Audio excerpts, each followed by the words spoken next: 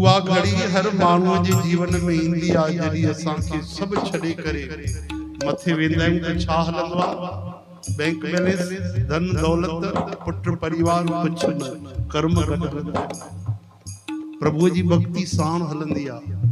पोइ हर जीव पछताईंदो आहे त अरे जीवन त ईअं गुज़रंदो पियो वञे, मां जेकर भजन कयां भक्ति कयां। मां वेहंदो बि हुउमि सत्संग में त ठीक सां न वेहंदो, ॻाल्हाईंदासीं पाण में, वेहंदा बि हुआसीं त फालतू ॻाल्हियूं ॻाल्हाईंदासीं, सत्संग में ध्यानु न लॻंदो। सत्संग खे ईअं सम्झंदासीं कि हिकिड़ी मुसीबत आहे, हिकिड़ो बोझ आहे सिर ते, करिणो आहे। कॾहिं बि सत्संग खे उहो रस न वरितोसीं। ये दुकान में वठंदा आहियूं, धन में, सुंदरता में, दिखावे में, व्यवहार में।